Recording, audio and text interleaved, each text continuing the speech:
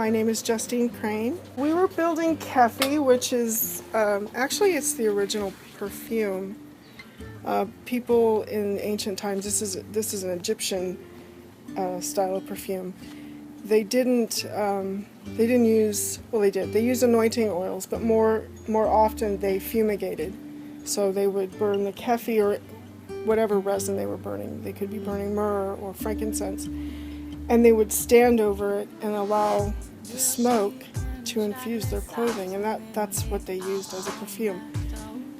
In later times, when the Ptolemies, this is the Greek era, Cleopatra's time, more Kyphi recipes were being written, and they were more medicinal than incense. But traditionally, from the Edfu Temple inscriptions, they would burn frankincense. I believe frankincense was burned in the morning and myrrh was burned in the afternoon, or that could be switched the other way, but Kyphi was the evening incense because that was the one that brought prophetic dreams and helped people sleep. It had a sort of a narcotic effect on people. But the way they built it is very different from the way we would build it today, even from this class, because they would take a whole day just to grind one ingredient, but they would be grinding pounds and pounds of that one ingredient instead of, like we were doing, just grams.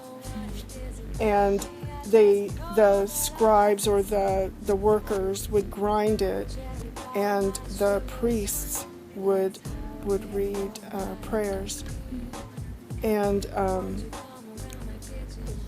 in hopes that those prayers would be infused into the final product, which, if you do a group like we did today with a group setting, you can see how that gets infused in there. Meditation or the spiritual aspect is an ingredient in Kyphi. I started doing the what I call aromatic arts, when I started making soap, which was probably around 17 or 18 years ago. I started making soap. In late 90s, early 2000s, there was this huge growth in an interest in natural perfume.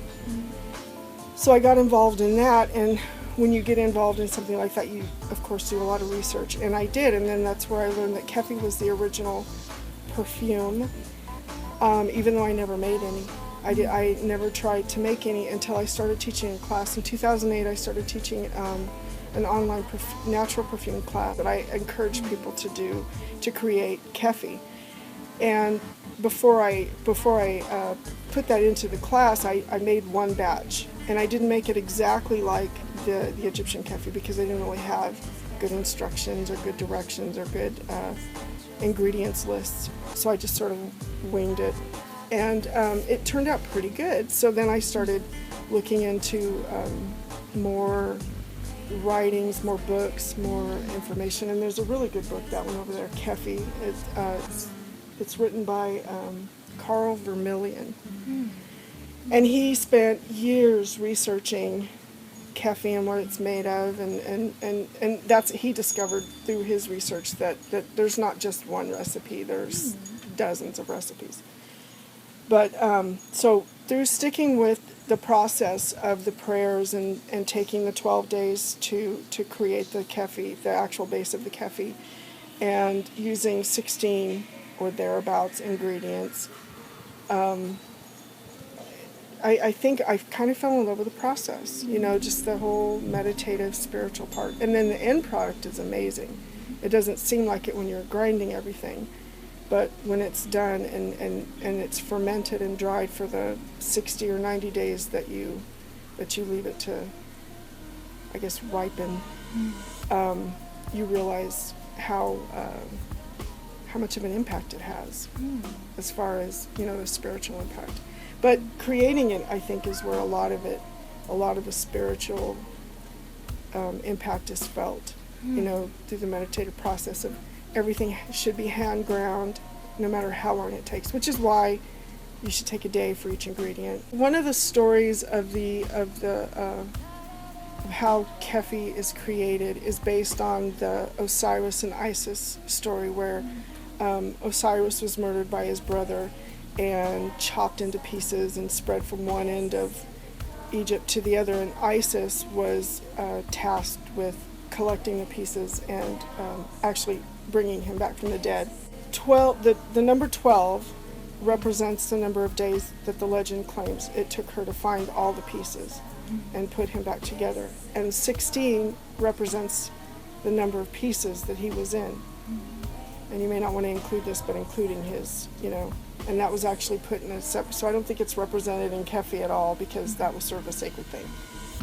But there are recipes for Kyphi that take 28 ingredients, 32, 36, and there's even one, a much later one from the Greek era, that takes 50. But by this point, people were using Kyphi more as a medicinal, and they were ingesting it, and even in Egyptian times they actually did. So it was sort of used as a wound healer, applied topically. It was used as an internal medicine. They would dissolve it in wine and drink it, and it was used as an offering, an incense offering for spirits, their temples, whatever they were doing there. If you're putting that much concentration in it, you're going to be completely focused on the work. And the ingredients. I think you can't avoid becoming connected to the ingredients if you're spending an entire day working with them. And if you know what you're going to do with it, this is it's a spiritual endeavor. See, when we make Kyphi, we usually do it once a year. When I make Kyphi at home for myself, I make it once a year, because it is such a long, drawn-out process, and it takes so long and I could just, if I wanted to, I could gather all the materials and make them assembly line-like, but it takes away from the process. It takes away from the spiritual aspects. That's my opinion. But, some of the older writings suggest that each ingredient, and I haven't had the opportunity to really investigate this, there's so little written about the actual meaning behind each ingredient, but they're supposed to represent a specific god in the Egyptian pantheon. So, for instance, let's say you're grinding frankincense, and it's Hathor's, I'm just saying this, I don't know for a fact if that's what it is, and it's Hathor's, it's representative of the goddess Hathor, then you would be reading prayers and text that have to do with honoring her, and then that ingredient would be added. So it's and really what the process is, by building Kyphi, what you're doing is you are reanimating or resurrecting the god Osiris. So I think if you think about it like that too, it kind of has a special significance, a spiritual significance. I mostly will start with a prayer, usually something out of the Egyptian Book of the Dead. I'll just find something that I think resonates with how I'm feeling at the moment and what I want to infuse into the work. And then after that, I just listen to just meditation music, bells, or chanting. Chanting works really well. And I haven't had the opportunity yet, but I think at some point I would like to teach a class where we actually do have someone who's